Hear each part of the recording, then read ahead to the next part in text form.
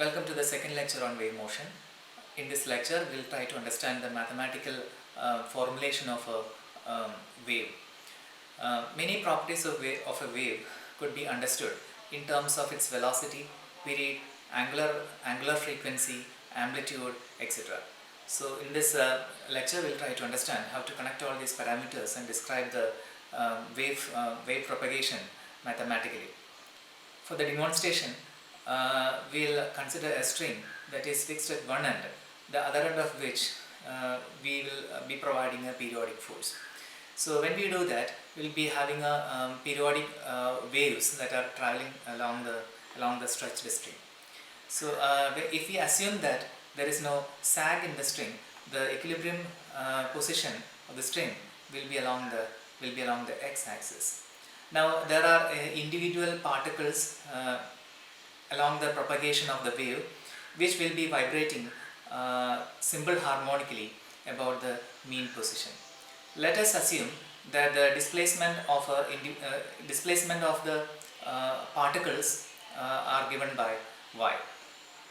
Now y could be written as a function of the position x, and also on the time and also as a function of time.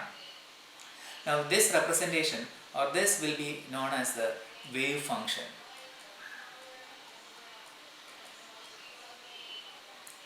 This figure shows the propagation of a traveling wave along the positive x direction.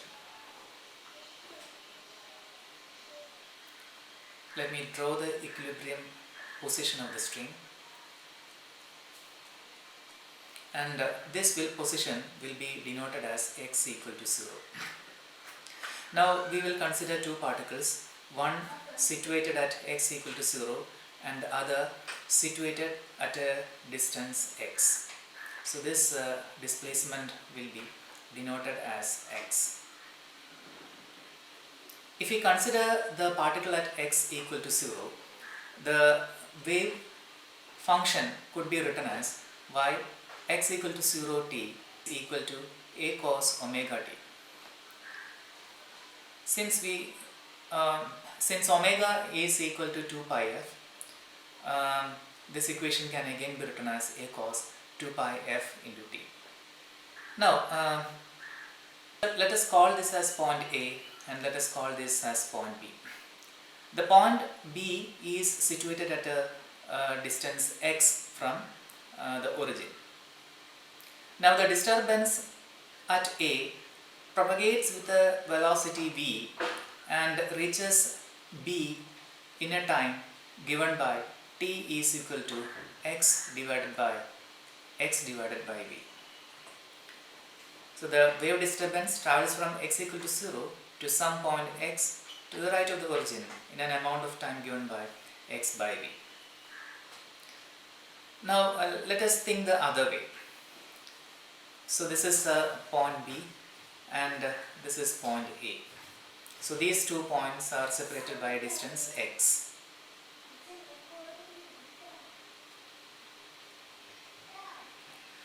Now it is the same disturbance that occurred at A that is being propagated to point B.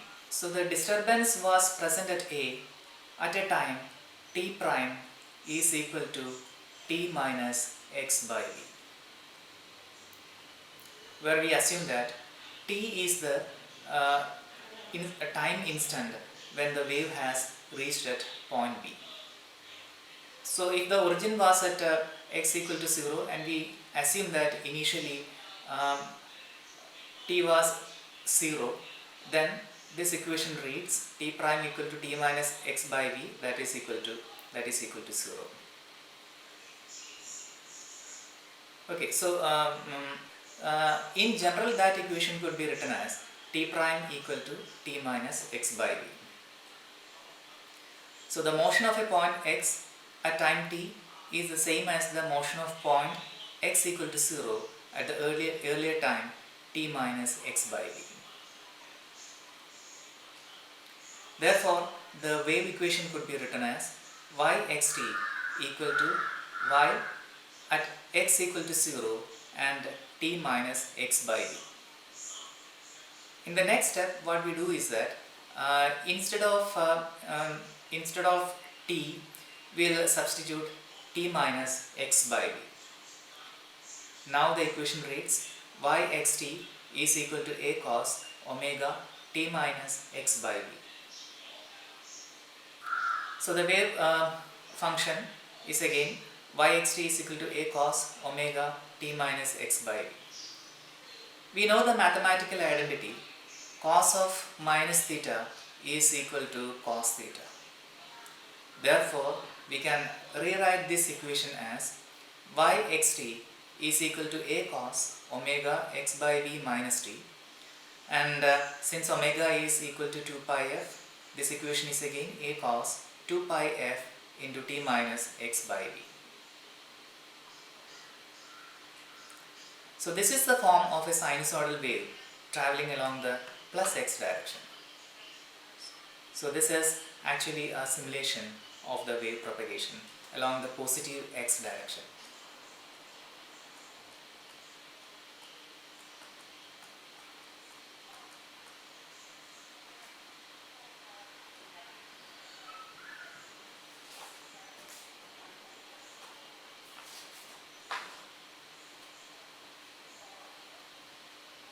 The wave number k. The wave equation is given by yxt is equal to a cos omega x by v minus t. Now when we expand the argument of cos theta, this will be a cos omega x by v minus omega t. Now we'll call this parameter omega by v as k, and we have the equation yxt is equal to a cos kx minus omega t. The new parameter omega by v will be known as the wave number. Since omega is 2 pi f, we have the other equation for wave number k equal to 2 pi f divided by v. Or since v by f is the wavelength, we have the equation connecting wavelength and wave number as k equal to 2 pi divided by lambda. There is an alternate approach to explain the relation connecting wavelength and wave number. So we have the equation yxt a cos kx minus omega t.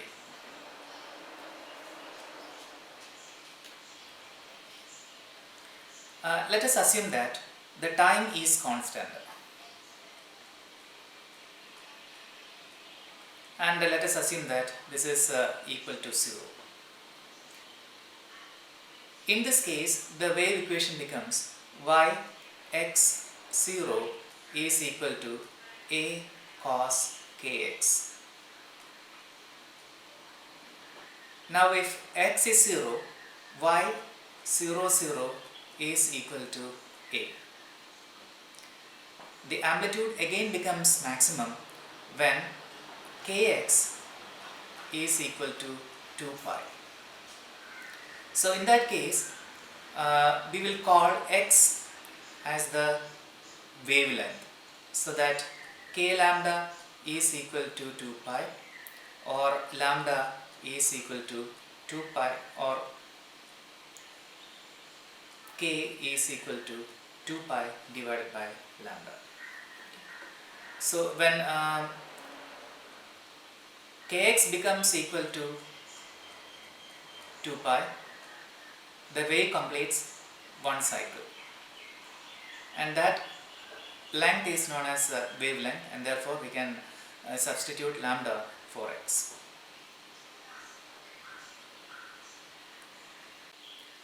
What is the physical significance of the wave number?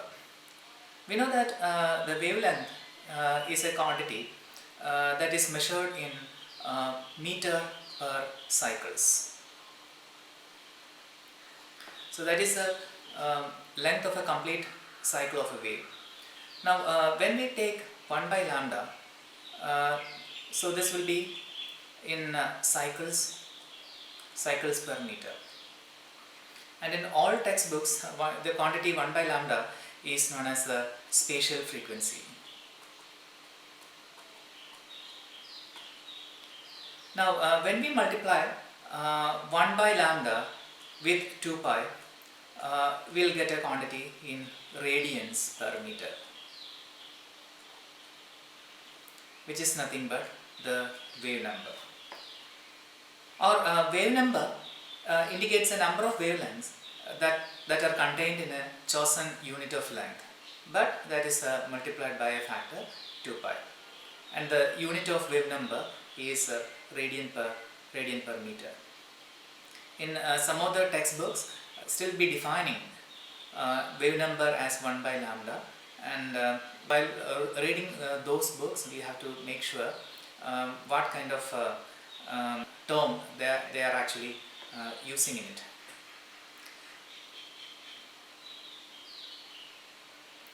Similarly, the angular frequency omega equal to 2 pi by t indicates how many periods we have within the chosen unit of time, but multiplied by 2 pi, and its unit is radian per second. So far we have been discussing waves that are propagating along the positive x direction. Now there can be waves traveling along the negative x direction, as I have shown in this simulation.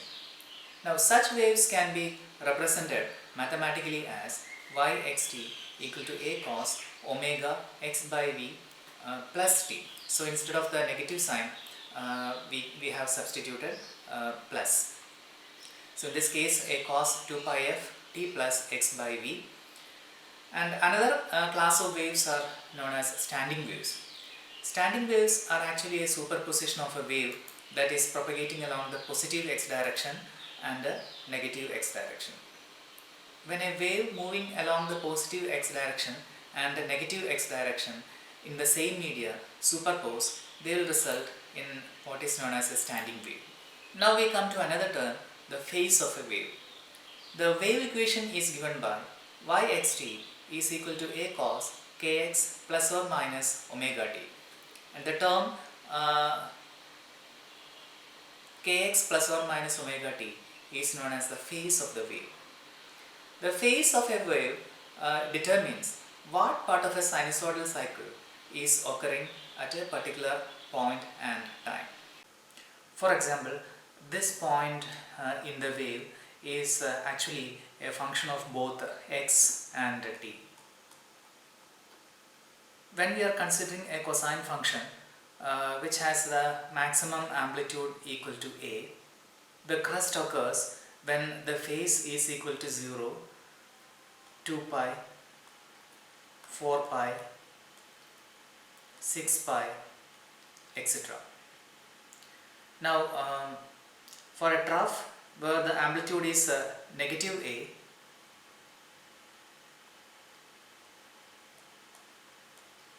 the phase points are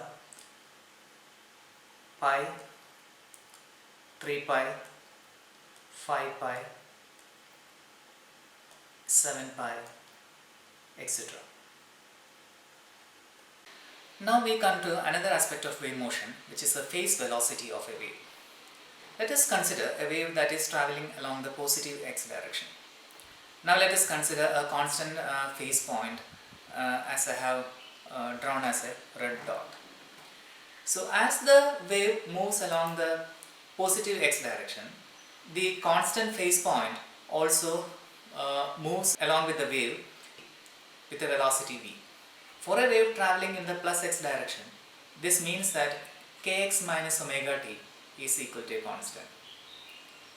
Taking the derivative with respect to t on both sides, we have k dx by dt plus dk by dt into x minus omega into 1 minus d omega by dt into t is equal to 0.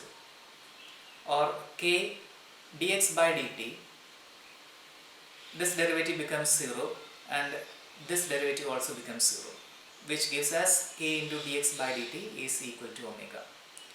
But dx by dt is the velocity of the wave which we call as phase velocity, and is given by Vp. Therefore, Vp is equal to lambda times V, and the velocity of the wave is the product of wavelength and the frequency. As an end note, I would like to show you how I have generated the waves that I have used in the PowerPoint.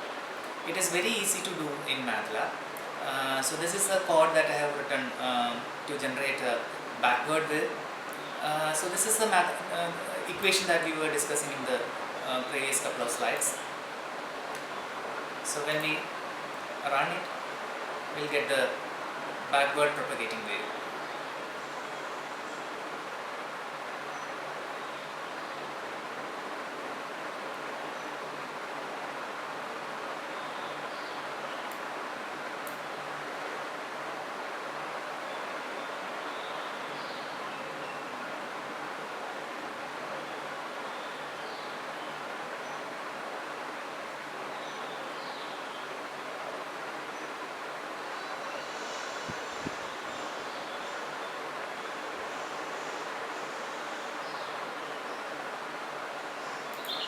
And this is the code for the forward wave, where I have only changed the plus sign to minus sign.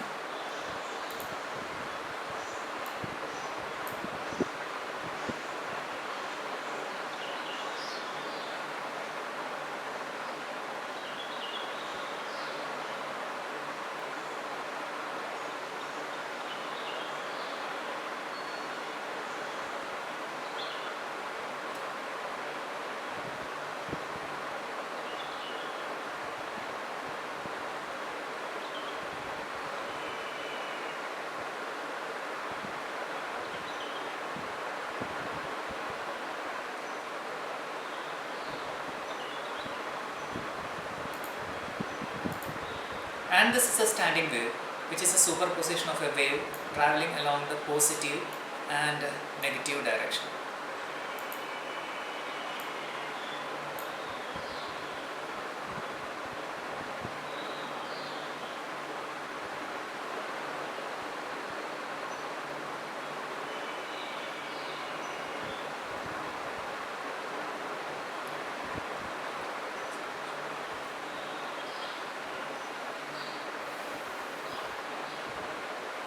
And with that, we finish our discussion on the mathematical representation of a traveling wave.